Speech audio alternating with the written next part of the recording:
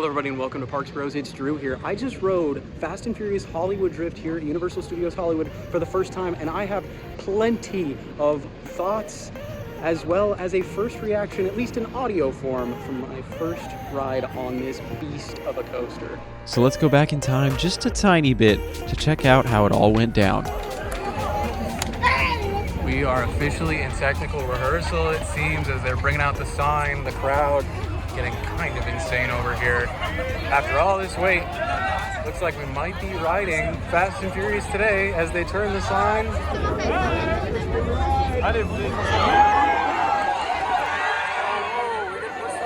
we're gonna push from behind. Goodness gracious. Okay, I might die here with how people are pushing. You've got to be kidding me. Oh my God, bro. What did you guys do? This might be hilarious. Okay. I have never been so disappointed in the handling of something like this. The amount of potential injuries here are ridiculous. So, a little note from me in the single rider queue, because I had no choice, because I was shoved into said queue. It was an absolute disaster getting into the ride. Genuine, body trampling.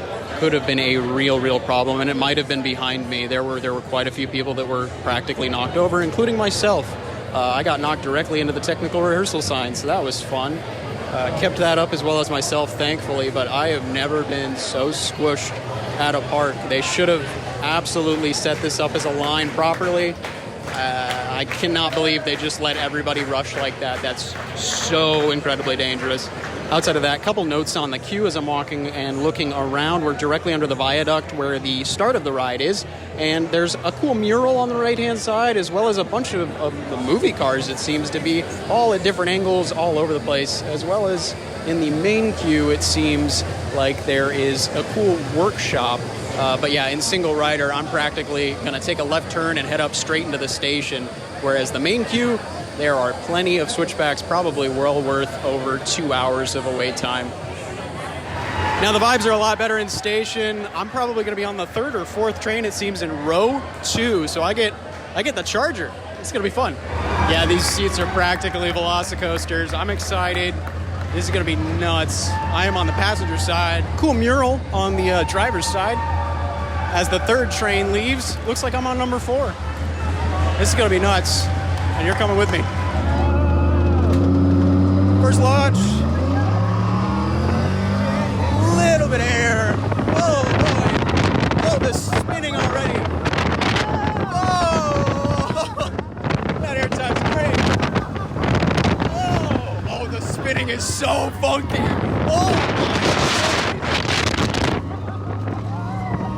Oh, made it to the mid-course. I got chills. This is crazy. Here we go. Oh! Yeah! Oh, man! Yeah! Into the stall! Oh, wowie! Oh! My goodness! Final inversion!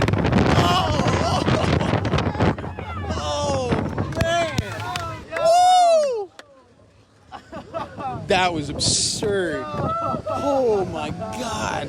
Yeah, man. Oh. That was insane. Finally pulling into the station. Those pops in the front car. What in the world? So, oh my goodness. It's actually been a little bit of time since my first ride, but I rode in the second row of the train on the left-hand side. So I was in the back left of Dom's Charger up there. The audio, so good. That is possibly my favorite part of the ride. That spinning, twisting dive right before the backwards launch up that crazy looking dive loop thing. And that launch right after is unbelievable. It isn't the fastest thing in the world, but 72 miles an hour up the hill is quite the sight. I think the thing that caught me off guard the most was the amount of tiny pops of airtime, or just moments where you get a little bit of weightlessness or start to feel like you're getting pushed out of your seat. They were everywhere in places I wouldn't naturally expect. That stall, a perfect, an amazing example of hang time being flipped upside down like that. I wasn't spinning during that element. I would love to know what that feels like, but it was still incredible. And all the spinning felt so natural. It doesn't kick in until a little bit later after that first little drop before that airtime hill. When it first does, it's a little odd, I'm not going to lie. But after you start spinning into the first inversion, it is a real treat and joy, and it's super graceful in the way it does it. It is twisting and turning and drifting in the perfect way. And that is one thing to really keep in mind too, as I bring up, I was sitting in the front car. There's a certain amount of spinning with each car, and I believe the second car is the one that spins the most. So there are a lot of pre-programmed ways you drift through everything, and it was just stellar up front. I really, really enjoyed my ride. Something I wasn't the biggest fan of, though, was how the ride was opened. They brought out a sign next to the front entrance, and everybody rushed the gate pretty much. Once they opened up the little barriers that they had set up, it was just a madhouse, absolutely ridiculous. Some people were pushing like crazy. There wasn't really a lot of communication from the park to get people to slow down or stop, or at least stop pushing people, which was a real shame. There was actually, I almost knocked over that sign because I was shoved into it so hard trying to not crush a much smaller person in front of me. It was really scary and a little bit dangerous. I'm hopeful that nobody got properly trampled, but it was definitely getting to that point with a couple of the people pushing so hard directly behind me. You can see a little bit of it in the footage here, but it was just nuts and kind of shameful on an amazing day like this to have a situation like that, at least in my mind. I know that it was definitely on the guests first and foremost, but I would like the park to take more and more precaution and safety when it comes to letting people on the ride like that. I mean, like lining up people properly before getting in the queue would have been better, but unfortunately, because of how the queue is set up, it's a little hard. There's 2 different locker areas, and it gets a little confusing with where you end up going, especially if you're going to be a single rider or are an express.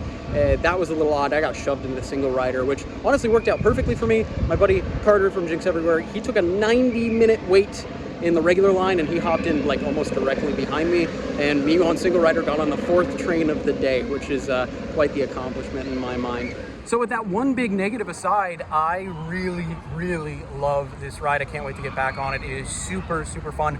Not nearly the most intense thing out there. Definitely the most intense thing in the park for sure. Definitely the best ride in the park as well. But I will have more thoughts and a full in-depth review whenever that's up. That'll be in the top right-hand corner of this video right now. And I can't wait to have that up in the next day or two. Man, oh man, there's gonna be so much content from this day coming out soon, so make sure to subscribe. But with all that said, I wanna say thank you so much for watching. I really do appreciate it. And if you wanna see more Universal Studios Hollywood content, as well as Knott's Berry Farm, Six Flags Magic Mountain, and so many other parks around SoCal and more, make sure to subscribe. And of course, until next time, we'll see you on the next ride.